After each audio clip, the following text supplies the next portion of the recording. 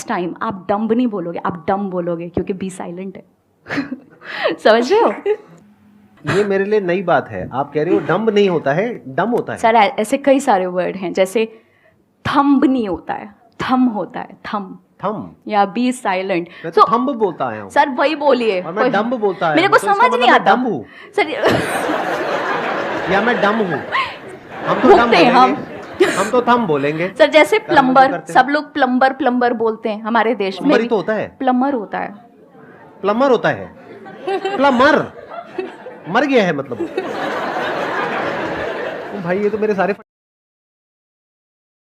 मैं आपको शॉर्ट में बता देता हूँ प्लीज। जैसे सुबह मैं उठता हूँ 7 बजे के आसपास, फिर उसके बाद में मैं डेली कम से कम 2 घंटे अपने साथ में अकेले में वक्त बिताता हूँ, जिसमें मेरा मेडिटेशन का टाइम है, जिसमें योगा है, जिसमें मेरे घर पे एक छोटा सा जिम बनाया हुआ है। ऐसे इवनिंग में मेरा 2 घंटा होता है जिसमें मैं अकेले में बैठता हूँ या तो कुछ कंटेम्पलेशन करता हूँ। मैं अपने आप से ही सही तरह के क्वेश्चंस पूछ लेता हूँ, आराम से समझता हूँ उसको हर पर्सपेक्टिव से, जो भी मैंने किया, जो भी सही किया, गलत किया, व्हाटएवर। तो एक तो ये हो गया सुबह का और इवनिंग का शेड्यूल। बाकी दिन में मेरा शेड्यूल काफ़ी बिजी रहता है क्योंकि ऑफिस में भी मेरे को सारा देखना होता है, वहाँ पे काफ़ी बड़ी टीम है, ये सेशंस हैं, प्लस वीकेंड जो होते हैं मेरे, वो मेरी फैमिली के लिए होते हैं। बस हो गया आई थिंक। वंडरफुल। एक्सेंट कुछ सीखने की ज़रूरत नहीं है। एक्सेंट क्या होता है? एक्सेंट कोई क्यों बनना है हमें ब्रिटिश, हमें क्यों अमेरिकन बनना है? हम इंडियन काफ़ी हैं यार, हम बहुत अच्छे हैं एज इंडियंस। हम इंडियन एक्सेंट में बोलेंगे। मुझे कमेंट्स आते हैं ऐसे, ma'am everything is good about you, you just need to work on your accent a little. Why? I already have my Indian accent. Why would I want to be American? I don't want to be American. मैंने कहा मेरे को मेरे 2 साल दे दो। मैंने आप लोगों के हिसाब से 12 साल स्कूल में आप जैसा हेयर स्टाइल रखा, आप जैसे कपड़े पहने, आपने जैसा बोला वैसा बिहेव किया, मुझे मेरे 2 साल दे दो। लेट मी फिगर आउट कि मैं क्या चाहता हूँ जीवन में। अगर नहीं हुआ तो मैं वही कर लूँगा जो आप कह रहे हो। तो वो उस मामले में बड़े सपोर्टिव थे। तो मेरे को लगता है कि हाँ, वो शुरू का ही थोड़ा त्रास था, पर उसके बाद तो सही हो गया। इसमें वही लोग सरवाइव करेंगे, वही लोग बचेंगे जो बहुत तेजी से अपने आप को बदल पाएंगे, चेंज कर पाएंगे, जो हर तरह की प्रॉब्लम का सामना करने के लिए तैयार बैठे होंगे। या फिर आपको यह समझना होगा, ध्यान से सुन लेना, मैं इसको समअप कर रहा हूं, या फिर यह समझना होगा कि इस गेम को हम नहीं जीत सकते हैं, there is absolutely no hope, तो मुझे इस गेम को खेलना ही नहीं है। इस गेम से बाहर निकल करके फिर कुछ ऐसा करना होगा जो इस पूरी गेम से बाहर है, मतलब आउट ऑफ द बॉक्स कोई सोल्यूशन निकालना होगा। मेरा अपना टेक ये है कि अच्छे टाइम में कभी भी एक रिलेशनशिप की पहचान नहीं होती है। एक्चुअली अच्छे टाइम में तो सब अच्छे हैं, दोस्त भी अच्छे हैं, रिश्तेदार भी अच्छे हैं, टीम वाले भी अच्छे हैं, सब कुछ अच्छे हैं। जब बुरा टाइम आता है तब क्या आप उसके साथ में खड़े हो या नहीं खड़े हो, और पूरे दिल से, उससे रिलेशन पक्का हो जाता है। बोलते हैं ट्रेंडिंग म्यूजिक होता है ना, जिसके ऊपर रील्स बनाते हैं, आप बनाएं, उसके ऊपर रील्स बनाएं, आपको जो करना करें। मैं केवल अभी उनके लिए बोल रहा हूँ, आप बनाएं, आपको जैसा सही लगता है आप वो करें। लेकिन आप ये याद रखिए कि ये जो आप कर रहे हैं ये सब कर रहे हैं। आप एक ऐसी चीज भी तैयार करें साथ साथ जो आपके नाम से जानी जाए, which will help you in long term. फिर आप सिर्फ उस रील के लिए नहीं जाने जाएंगे कि उसने वो एक रील बनाई थी, वो फिर कंटेंट आपके नाम से जाना जाएगा कि अरे वो देख उसका वो वाला कंटेंट है ना, उसका है वो वाला कंटेंट। तो ये जब आप करते हैं तो आप अपने लिए एक अलग ऑडियंस बनाते हैं।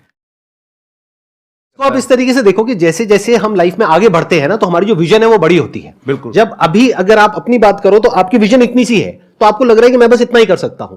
जब वहां पहुंच जाओगे तो विजन और बढ़ जाएगी। फिर एक ऐसा पॉइंट आ जाता है जब विजन आपकी 360 डिग्री हो जाती है, तब आपके अंदर से आने लग जाता है कि यार मैं कुछ भी कर सकता हूं।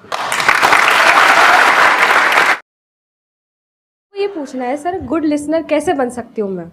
चुप रह के।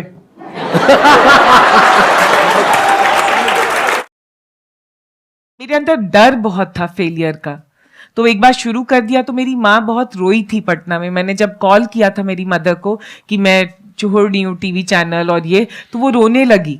एंड आई वॉज थिंकिंग कैसी पागल है कि एंटरप्रेन्योर बन रही हूँ और ये रो रही है। तो कह रही थी बर्बाद हो गई हो तुम, हमेशा से कुछ नहीं सुनती हो, अभी इतना अच्छा जॉब था छोड़ दिया। तो वो रोने लगी एंड मेरे अंदर एक वो डर था कि I should not disappoint my mother. And the second thing was somewhere I was very mad about कि मुझे नेगेटिविटी में मैंने बहुत जिंदगी में देखा है और झेला है। I really believe positivity is a habit. being positive is a everyday habit like brushing your teeth. तो मिडिल क्लास को अगर हमको डिफाइन करना हो तो वो ये हो सकता है कि जिसकी इनकम, अगर मैं कंजर्वेटिव होकर के चलूं, 40,000 रुपए महीना, यानी मोटा मोटा साल का 4,80,000 रुपए, तो कह सकते हैं कि आप मिडिल क्लास में हैं। तो अगर आपके घर में आप कमाते हो लेकिन आपकी वाइफ नहीं कमाती है, आपके बच्चे ऑब्वियसली नहीं कमाते हैं, तो अगर आपकी इनकम है लाख रुपए महीना, तो हाउस होल्ड में कितने लोग हो गए जो आप पे डिपेंड हैं? 3 और लोग हो गए, मतलब टोटल 4 लोग हो गए। तो 4 से डिवाइड कर दो 1 लाख को, तो कितनी आ गई? 25,000 रुपए महीना।